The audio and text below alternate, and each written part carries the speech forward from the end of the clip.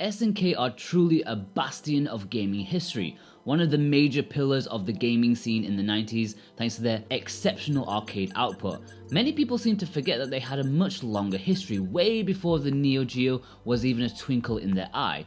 This is what the SNK 40th Anniversary Collection is all about, bringing attention to their pre-Neo Geo days where they released standalone arcade cabinets and home console ports. And believe me, they have dug deep. Before we get into it, we hope you'd consider subscribing to our channel. Me, Juan, James, we work super hard to provide you guys with awesome Switch content that we think you'll enjoy and appreciate. Anyways, let's get on with it. In the launch batch of SNK 40th Anniversary Collection, there are 21 games. Well, that's if you count the arcade and console versions separate, which you really should do considering a lot of the time they play out very differently from each other.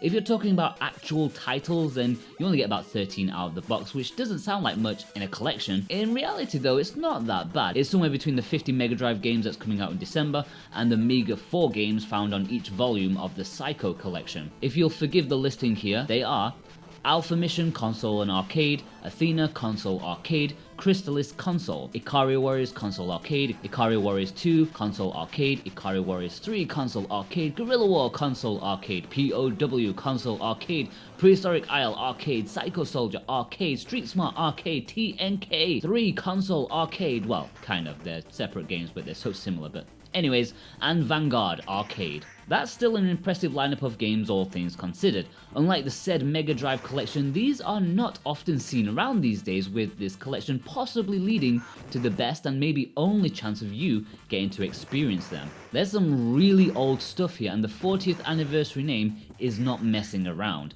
I'm not going to review every single in this package, of course, I'm stupid, but I'm just going to go over a few of my highlights and favourites that I had during my experience. While many of them come across as quick burst pick up and play arcade titles, you do have the nice little time sink Crystalis. Being only on the NES, this naturally had more room to breathe in terms of length. So you got yourself a meaty little action RPG that's similar to a Zelda game in terms of action, but like a Final Fantasy type where you equip weapons and armor and buy items and stuff. This is my first time playing it, and I can see why this one is often considered an overlooked classic on the system. I can actually see myself getting through this one thanks to its addition to this library. It's one of the standouts for sure. Athena and its pseudo-sequel Psycho Soldier are nice arcade platformers, something you don't see often enough these days. They look their age for sure, but they play fine enough, and I can imagine back in the day they would have been fairly impressive. I mean, these were released only a short time after Super Mario Bros., and while the classic Nintendo title still holds up better gameplay wise, these two SNK titles may have looked great. They are properly weird games too, especially Psycho Soldier, which has voice samples and singing, and it's just so peculiar. It might not be the best gameplay wise, but you need to experience just how strange it is.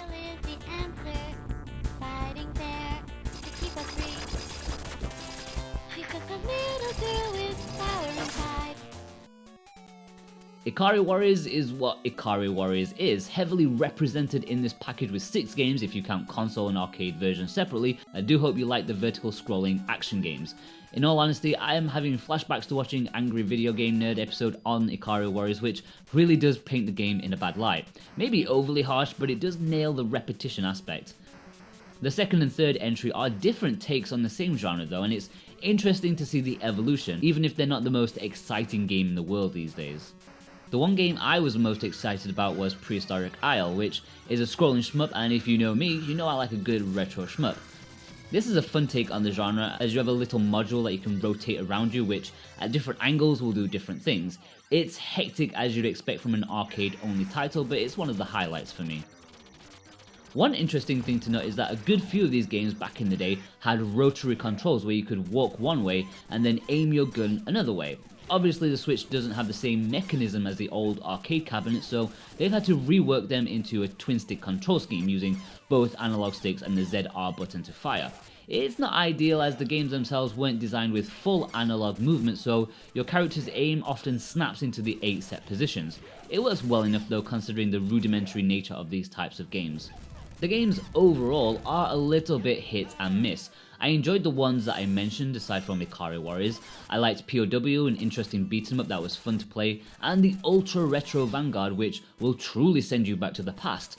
Honestly though, I could easily take or leave the disproportionate amount of vertical action stuff. Guerrilla War, the tank games, and some of the Ikari Warriors games aren't ones that I can see myself playing very often, even with the twin stick nature to them. The basic early fighting game Street Smart is nice to have for a historic sense, but it's not something that you play to have fun.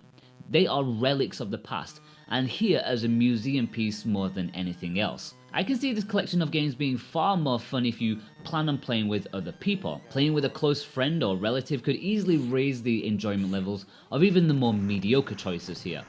It's worth noting that there is no online play here for any of the games, so it's couch co-op only. Thankfully, the lineup will be heavily bolstered a month down the line when on December 11th, there are an additional 11 distinct titles coming, all from SNK's early arcade games, and they will arrive late to the party in the form of free DLC. I have mixed feelings about this. It's fantastic they'll be almost doubling the titles on the game, but I can't help but feel they should have been here from launch. They are enhanced ROMs. It doesn't seem like a massive effort to get them on the cartridge for day one.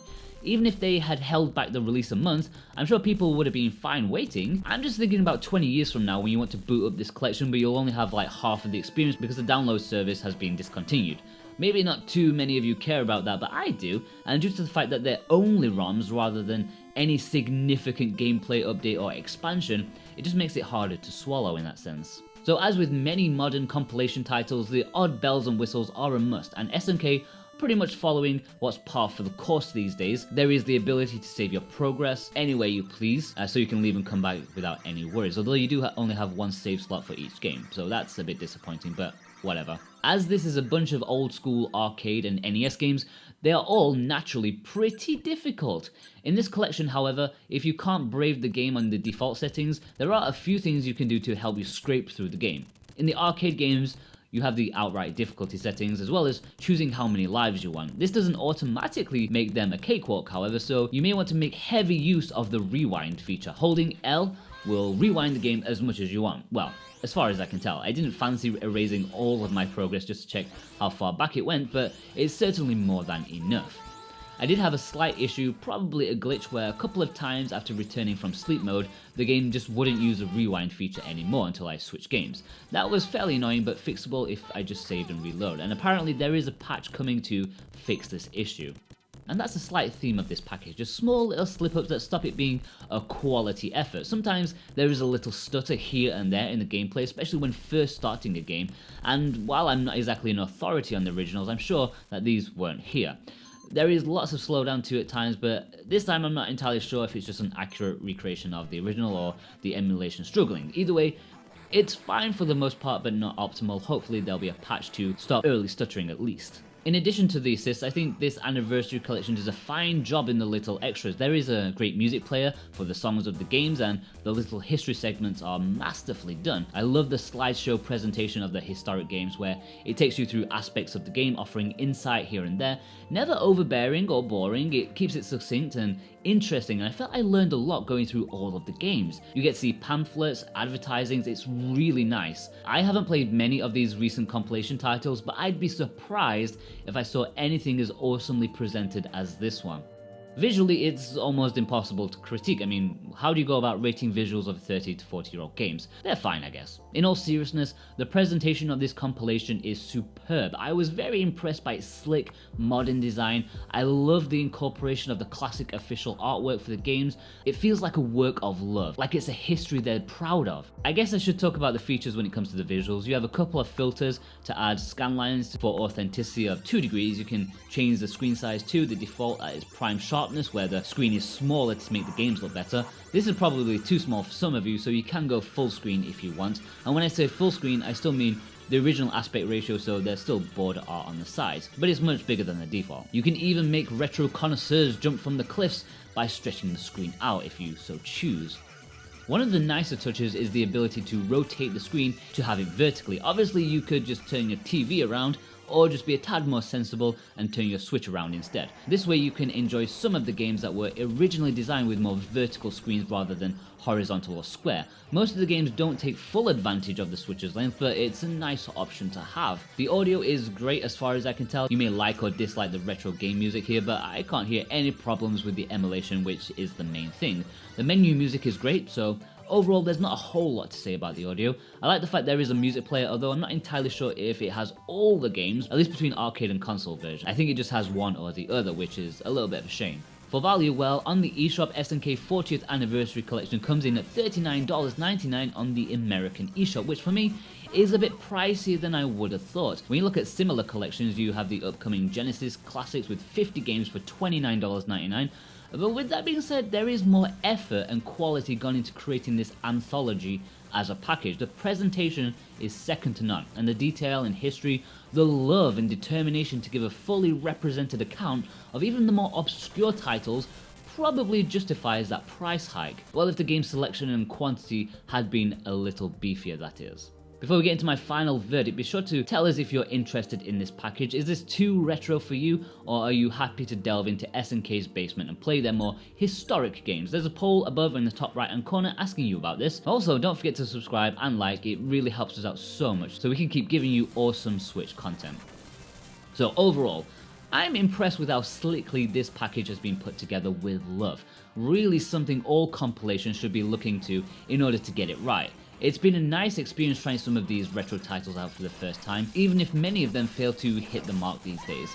There's fun to be had here, but when a heavy number of them are less than interesting vertical run guns, it does often feel like they're for historical interest only. I'm sure the free DLC will add to the value and quality hopefully, it's just a shame they weren't included from the start. For me, SNK 40th Anniversary Collection is a good 7 out of 10. It's not great, and the game selection could be better, but the package quality is a step up. Now, if you're still interested in celebrating SNK's anniversary, they recently released SNK Heroines, a fighting game filled with a ton of femme fatales battling it out, so head over to that review to check out if you already haven't. It may be a more enjoyable way to celebrate their milestone than this one for some of you. Anyways, I've been Jordan from Switch Watch, and I'll see you guys over there. Take care.